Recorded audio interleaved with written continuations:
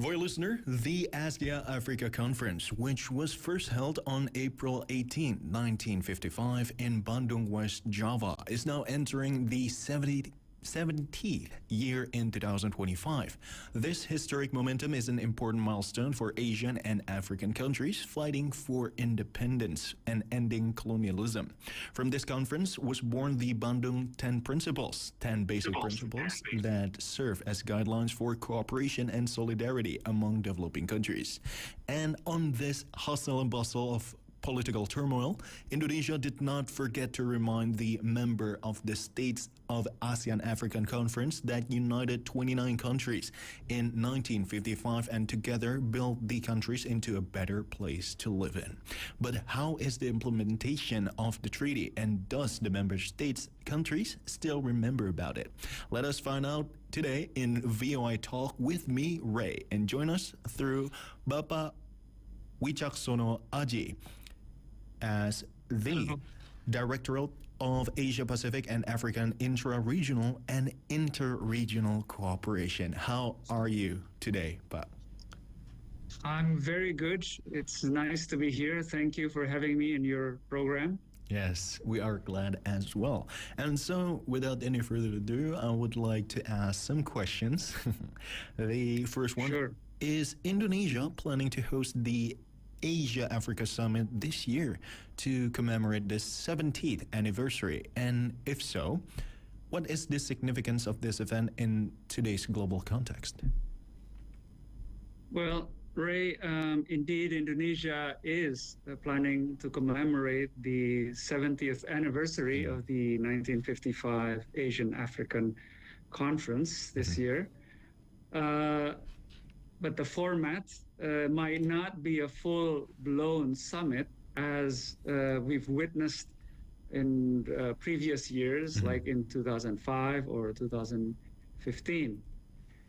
The significance of such commemoration lies in reaffirming the relevance of the Bandung spirit, solidarity, peace, and cooperation, at a time when the world is facing heightened geopolitical tension, economic fragmentation, and also, climate change. This commemoration serves as a timely platform to re-energize the voice and role of Asian and African countries in promoting a more just and also a more inclusive global order. Okay, so what kinds of programs or commemorative are planned to mark the historic milestone for this year? Well, we are currently in coordinations with the relevant government institutions for this commemorative events. However, Ray, as it is not yet final, I'm afraid I am not at liberty to provide any details right now. Okay. So, for the last year, Indonesia hosted 100 students from 36 countries in an international youth gathering. Even though this event that will be held this year, and is there any youth engagement that will happen in this year's event? Well, first I'd like to just clarify the event that you've mentioned. About there's 100 students from 36 countries.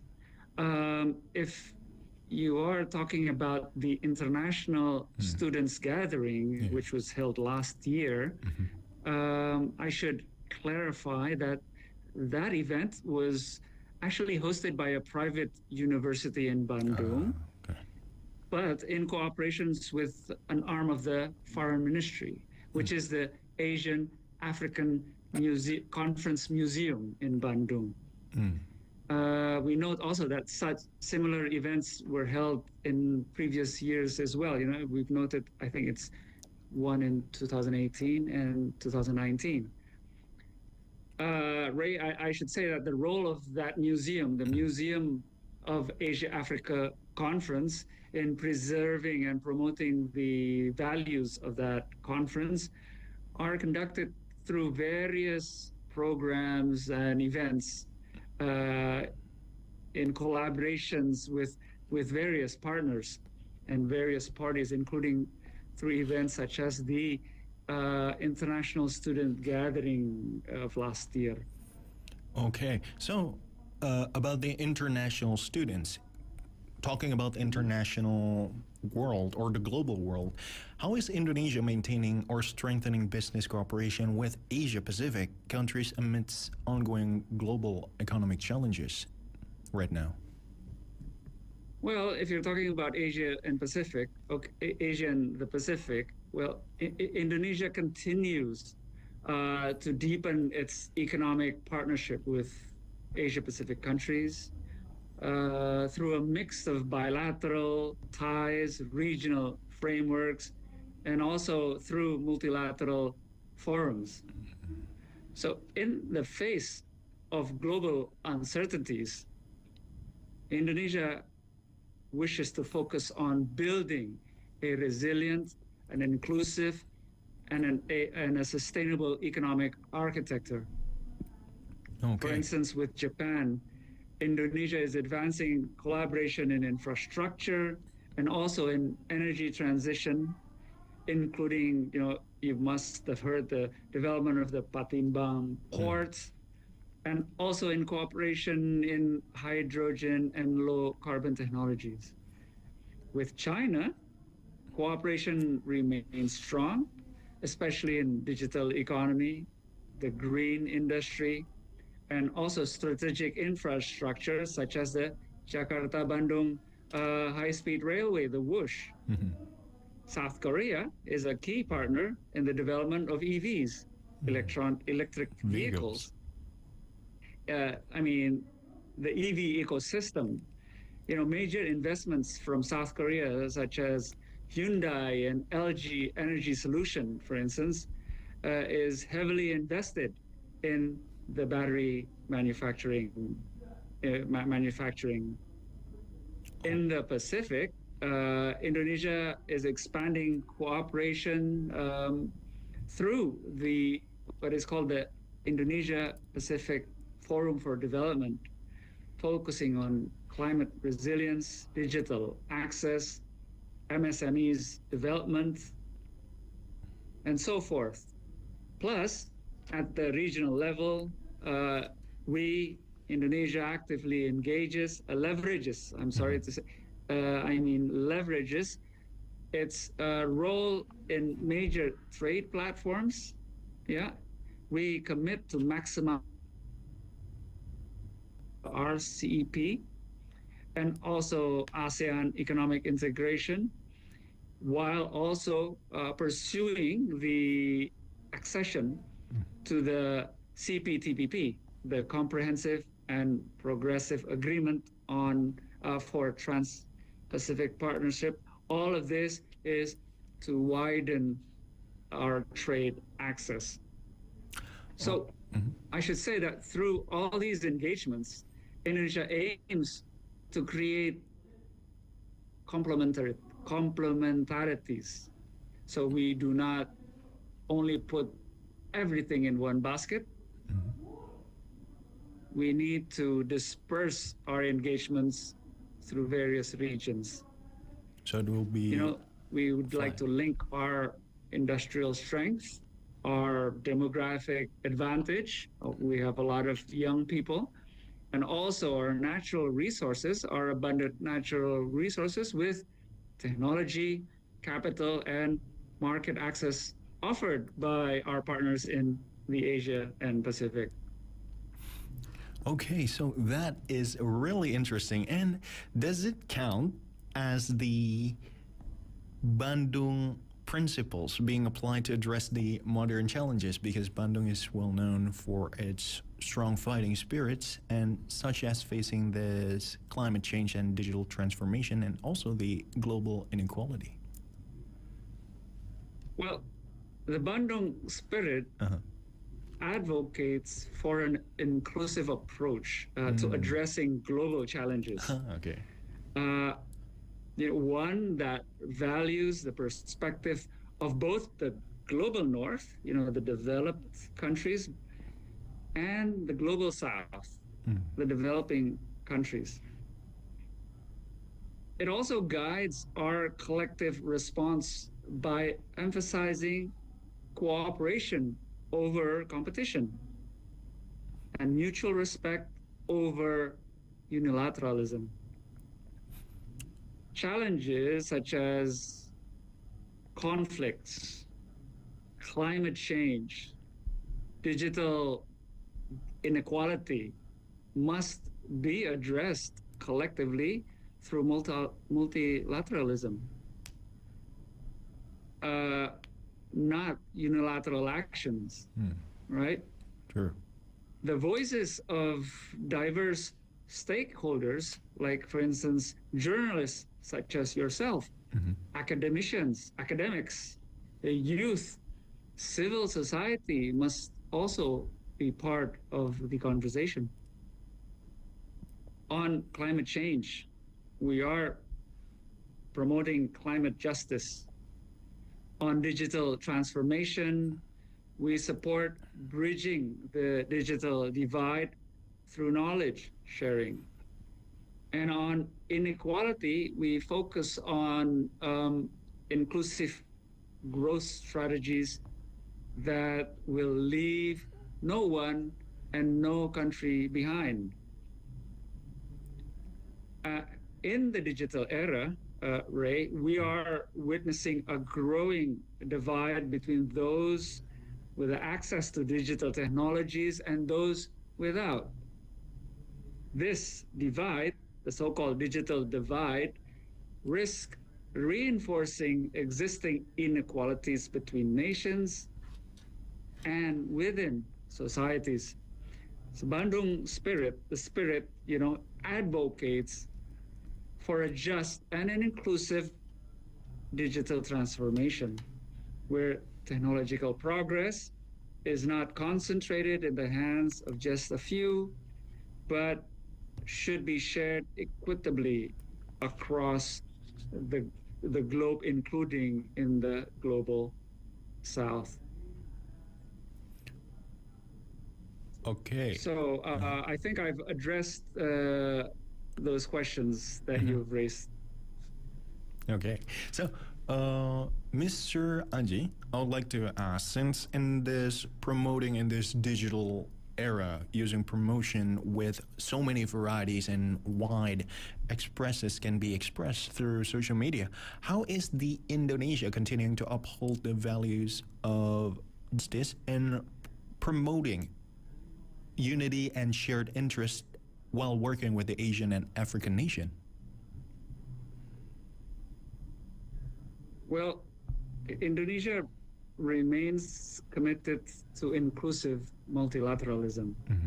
We work with our partners both in Asia and Africa, in fact, throughout the world, to strengthen regional institutions, to support the voice of the global south.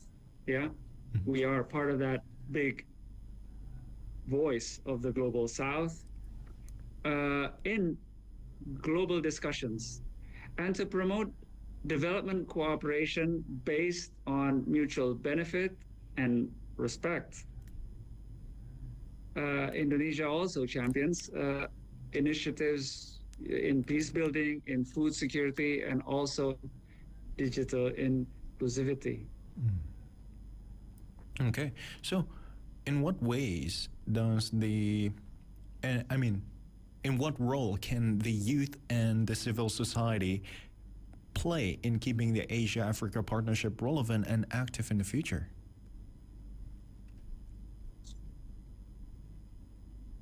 What? Could you repeat your question again? Okay, sorry. What role can the youth and civil society play in keeping the Asia-Africa partnership relevant and active in the future? All right. Okay. So you're talking about the youth, Yes. specifically, and the civil society. Yes. Right? Well, those two groups of the society, the youth and civil society, I see them as a catalyst for innovation, also for accountability, and grassroots connectivity. Their active participation, the youth and civil society, will ensure that the cooperation, the Asia-Africa cooperation, is not confined to just governments like myself, government-level initiatives, but also it becomes a dynamic and people-centered movement. So empowering the youth, civil society, women, included as well, is essential for the long-term relevance and resilience of this partnership, Asia-Africa cooperation. Okay, so for the final question, I would like to ask, what are your hopes for the future of cooperation between Asia, Africa, and African nations in the next decade to come?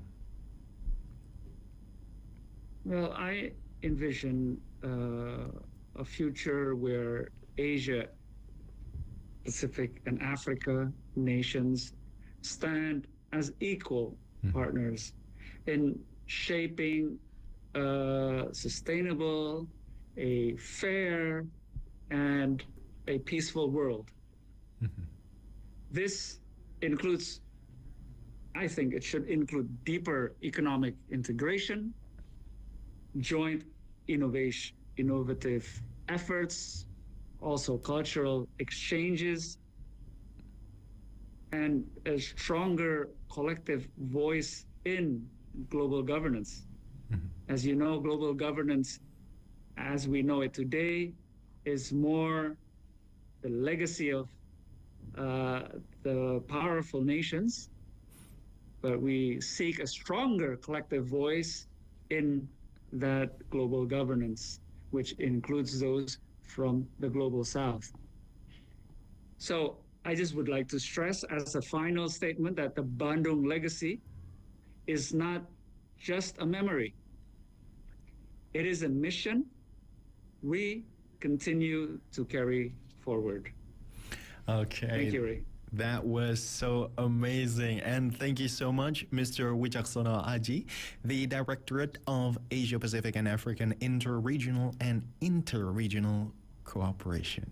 And for listener, as we wrap up Void Talk today, we've just heard interesting topics, and in the middle of the political and dynamic of economic turmoil, people still have to hope to maintain the peace and stability in the future through Dasar Sila Bandung that is still held by the Asia Africa member countries. And thank you so much for listener for tuning in this special interview in VOI Talk. I'm Ray, and thank you for watching, and I'll see you in the next episode. Voice of Indonesia. VOI.